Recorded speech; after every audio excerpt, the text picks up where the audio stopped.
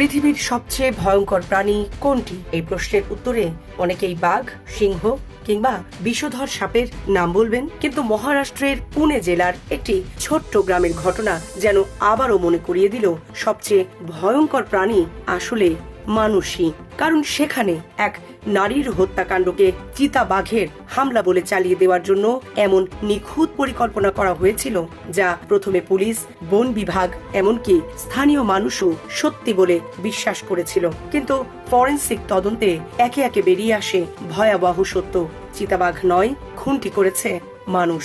আর সেই হত্যার নেপথ্যে ছিল অবৈধ সম্পর্ক, ব্ল্যাকমেইল এবং সামাজিক সম্মান রক্ষার মরিয়া চেষ্টা। Premium commercial space is now for rent. Featuring ample parking and excellent accessibility, this 4,200 square foot space is ready. Elevate your business and call us today.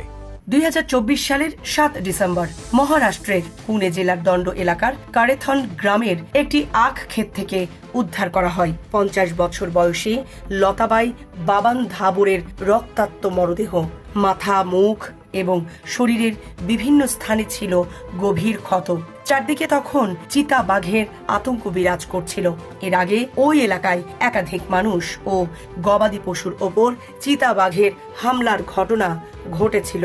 তাই ঘটনাস্থলের দৃশ্য দেখে সবাই ধরে নেয় লতাবাইও সেই নরখাদক চিতা বাঘের শিকার হয়েছেন।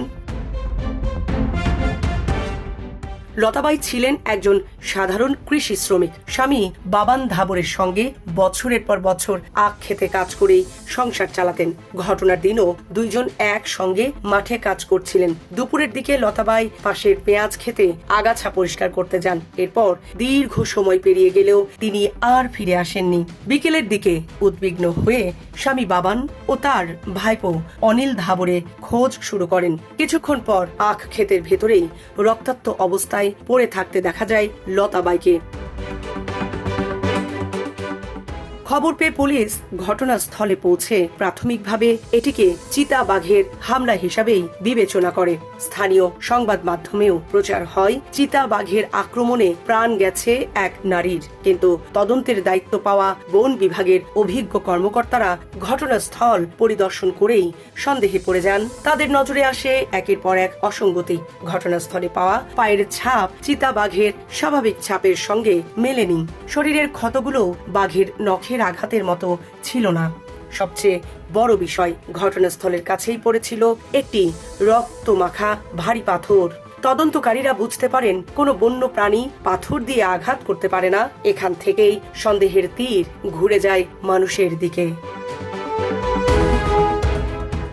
এরপর লতাবাইয়ের শরীর থেকে সংগ্রহ করা নমুনা ফরেনসিক পরীক্ষার জন্য পাঠানো হয়। প্রায় 2 মাস পর আসা প্রতিবেদনে জানানো হয় মরদেহে কোনো চিতাবাঘের ডিএনএ, লালা কিংবা প্রাণীর টিস্যুর অস্তিত্ব পাওয়া যায়নি।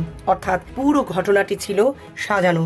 ফরেনসিক রিপোর্ট হাতে পাওয়ার পর পুলিশ নতুন করে তদন্ত শুরু করে। গোপন অনুসন্ধানে উঠে আসে দিনমজুর সীতালাল বাল্মীকি মোড়ের নাম। জিজ্ঞাসাবাদের এক পর্যায়ে তিনি ভেঙে পড়ে পুরো হত্যাকাণ্ডের পরিকল্পনা স্বীকার করেন। তার দেওয়া তথ্য অনুযায়ী ঘটনার মূল পরিকল্পনাকারী ছিলেন কারেথন গ্রামের ডেপুটি সরপঞ্চ অনিল পোপার ধাবরে। সম্পর্কে তিনি ছিলেন নিহত লতাবাইয়ের ভাইপো, কিন্তু দীর্ঘদিন ধরে তাদের মধ্যে গোপন পরকীয়ার সম্পর্ক চলছিল। কিছুদিন আগে লতাবাই সেই সম্পর্ক শেষ করতে চান। একই সঙ্গে তিনি অনিলের কাছে অর্থ দাবি করেন এবং সম্পর্ক প্রকাশ করে দেওয়ার হুমকিও দেন। গ্রামের প্রভাবশালী নেতা হিসাবে অনিল বুঝতে পারেন বিষয়টি প্রকাশ পেলে তার রাজনৈতিক ও সামাজিক জীবন ধ্বংস হয়ে যাবে। তাই তিনি লতাবাইকে হত্যার সিদ্ধান্ত নেন।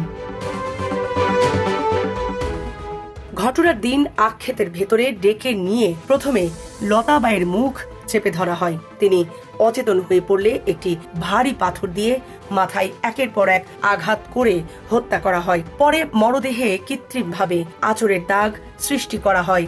ঘটনাস্থলে বাঘের পায়ের ছাপের মতো চিহ্নও বানানো হয়, যাতে সবাই এটিকে চিতা বাঘের হামলা বলে বিশ্বাস করে।